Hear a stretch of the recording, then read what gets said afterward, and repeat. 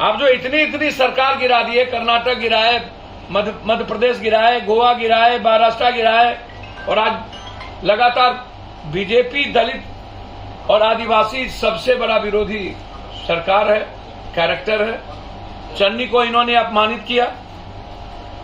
ये मुसलमान विरोधी नहीं, ये सबसे ज्यादा दलित आदिवासी विरोधी। निगाहें कहीं, निशाना कहीं, ये मैं आपको बता दूं, कहीं पे निगाहें, कहीं पे निशाना। क्योंकि इसको पता है कि 27-28% जो दलित आदिवासी है ये अंबेडकरवादी है, ये रामवादी नहीं हो सकता, भगवानवादी नहीं हो सकता, ये बुद्धवादी है। तो जो अंबेडकरवादी और बुद्धवादी है वो बीजेपी का नहीं होगा। इसीलिए सबसे ज्यादा हमला उस पे है। मुसलमान तो नोन है और ओपन है वोट लेने के लिए इनके एजेंडे में।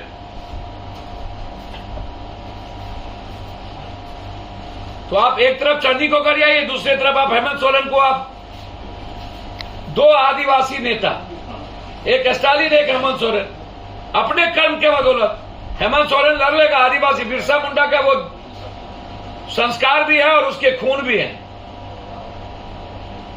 इससे डरने वाला हेमंत सोरेन नहीं है। लेकिन अब बीजेपी से पूछते हैं कि आपने एक भी दलित आदिवासी को सीएम नहीं बनाया। अब बात एक ओबीसी है, वो भी शिवराज चौहान, उसको भी आप बांस कर रहे हैं। तो आपका कैरेक्टर क्या है? सब हमाम में नंगे सब चोर हैं, तो अब सत्ता पक्ष का भी तो करिएगा। शिंदे के जितने मंत्री है उस पर करिए, सरकार से कि इसको सस्पेंड करिए और जो वादा किए हैं उस वादे पर खड़े रहिए। दूसरा मेरा है कि आप जितने लोग मंत्रिमंडल में बेईमान हैं, आपके पास विभाग है, आप उसकी इंक्वायरी सबसे पहले कीजिए और 15 से 20 दिनों के अंदर इंक्वायरी करके इन लोगों को जेल में ठूसिए।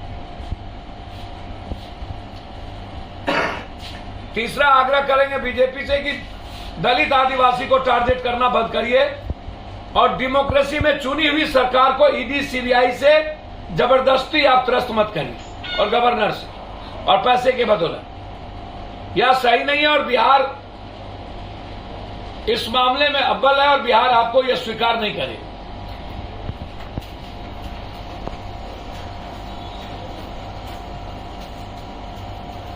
कानून को अपना काम करने दीजिए। जो गलत किया है, चाहे एबीसीडी जज कोई हो, वो कानून और संविधान जाने। आपकी सीबीआई ईडी कानून ना बने।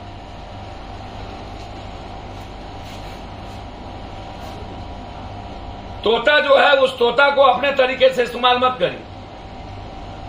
और नीतीश जी, भ्रष्टाचार, ये जो लगातार कांग्रेस मुक्त, अब हमको लगता है कांग्रेस मुक्त का नहीं, कांग्रेस युक्त हो गया। कांग्रेस युक्त गुलाम नबी आजाद, तो मनीष तिवारी, जिसको सब कुछ दिया राहुल गांधी जी, कांग्रेस ने जिसकी कोई जमीन नहीं, मनीष तिवारी, गुलाम नबी आजाद, ना जगह ना पौधा, ना कभी चुनाव लड़ने वाला, वो गाली राहुल गांधी को दे। और सब कुछ बीजेपी के प्रिंट लिखा हुआ है, पूरा का पूरा स्क्रिप्ट गुलाम नबी आजाद का बीजेपी ने लिखा। क्योंकि रैली है 4 तारीख को, 7 अक्टूबर से राहुल गांधी निकल रहे हैं, इसीलिए इनका हमला वहां है।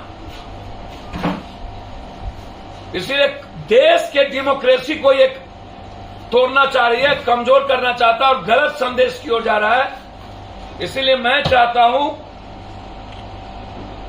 कि बिहार ही एक ऐसा राज्य है जहां इसको चुनौती दिया है और यहीं से इसके सीबीआई, ईडी, सीबी का जवाब मिलना चाहिए और इंटायर बीजेपी की संपत्ति, नेताओं का, मंत्री का, एमपी की जांच होनी चाहिए। किया है, डकैती किया है, आप उसको जेल में बंद कर दीजिए ना, कौन आपको रोक रहा है? कानून करने दीजिए। 4 साल से कहां थे आप? 6 साल से कहां थे आप? हमको सबसे दिक्कत यह है कि हमको लगता है कि जादव, दलित, मुसलमान, अत्यंत पिछड़ा होना गुनाह हो गया इस कंट्री। आज मैं इस बात को कह रहा हूं। सर ये सही नहीं है। बाइफर्केशन का अब कर देंगे इस कंट्री में इस सब चीजों से, और बाइफर्केशन करने में सबसे बड़ी भूमिका चैनल की होगी। ये सही नहीं है, गलत है। आप गलत कहिए ना, मैं भी कर रहा हूं जो चोरी किया करिए। जिस तरह से तेजस्वी यादव ने बीजेपी नेता को धमकी दी है, तो क्या धमकी देना इस तरह से उचित है या नहीं? डिप्टी सीएम भैया मैं आपको एक बात बहुत क्लियर बता दूं, बीजेपी किसको धमकी नहीं देता, गिरिराज किसको धमकी नहीं दिया, किसको बख्शा है? केंद्रीय मिनिस्टर वो बने किसके कृपा से है? धमकी के कृपा से तो बने हैं। तेजस्वी यादव को एज ए डिप्टी सीएम जरूरत नहीं है किसी को बोलने की।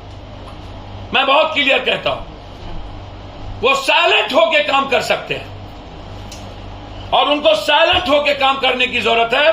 लेकिन प्रेस के तथाकथित सो कॉल्ड ऑफ कुछ प्रतिशत ऐसे लोग जो दिखाएंगे कुछ होंगे कुछ, उनको यादव या मुसलमान, दलित या पिछड़ा पसंद क्यों नहीं? नीतीश कुमार पसंद क्यों नहीं? नीतीश कुमार को विधानसभा में आपने वोट क्यों नहीं दिया? कारण क्या था? बीजेपी को दिया, बीजेपी और नीतीश को क्यों नहीं दिया? और नीतीश के खिलाफ तेजस्वी को दिया, नीतीश को क्यों नहीं दिया? बिहार को बकस। पप्पू जी, खबर ये है कि यादव समाज से एक पढ़ा लिखा नेता बिहार को मिलने वाला है सार्थक के रूप में। इसके रूप में सार्थक यादव है कौन है हमको पता नहीं। हम लोग तो कौन जात है पता नहीं। हद हो गया भाई। खबर है क्या, इसकी पुष्टि आप करते हैं? अब वो दादा से मिलने आएगा, उसको भी खबर आप बनाइए। उसको राइट नहीं अपना घर आने का पहले नहीं आया क्या? वो घर आए तो इसमें मिलने का। मैडम छत्तीसगढ़ में काम कर रही हैं, तो उनको लगा कि पापा अकेले हैं, हम पापा के साथ खड़े रहे, तो आगे दादा से और पापा से मिलने। तो क्या दिक्कत है? आने वाले भविष्य में साथ खड़े हो सकते? भैया मेरे साथ खड़े हैं, और हम इतना जानते हैं कि हमारे बच्चे को जाति धर्म मजहब का कोई पता नहीं। मेरी बेटी हमसे पूछी कि पापा what is the cast.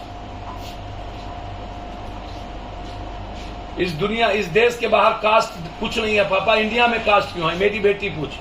National खेलती है बास्केटबॉल, मेरा बेटा क्रिकेट खेलता है, उसको आज तक पता नहीं है कि जाति क्या होती है। ये मैं आपको बता दूं। और उनको बस इतना पता है कि वो एक क्रिकेटर है, वो एक अच्छा इंसान है, और मुझे गर्व है कि मेरा बेटा बेटी अच्छा इंसान है, और हमने अच्छा इंसान बनाया। मेरी मैडम ने मेरे बेटा बेटी को अच्छा इंसान बनाया। इससे बड़ा गर्व कुछ नहीं हो सकता है। बिहारी टाइप का जात ना बने, और भगवान करे पत्रकार टाइप का जात ना बने। भविष्य में एक अच्छा पॉलिटिशियन बन सर, पत्रकार जितना जातिवादी है ना, उतना धरती पर कोई जातिवादी नहीं हो सकता। भविष्य में एक अच्छा सर, कोई जातिवादी नहीं हो सकता। पॉलिटिशियन बन सकते हैं भविष्य में एक अच्छा। सर, वो उसको समाज तय करेगा, बिहार तय करेगा। वो खुद आके लाठी खाएगा, गर्मी में बिताएगा, वो जानेगा कि भविष्य तय कर देगा पप्पू यादव। बिहार तय किसी का भविष्य तय करता है, और गरीब तय करता है कि पप्पू यादव तय कर देगा। भैया हमारी औकात है, अपने मियां मिट्ठू बन जाए। बिहार की वो आकर के जाए गरीब के बीच, वो गरीब से प्यार करे, गरीब के लिए जिए।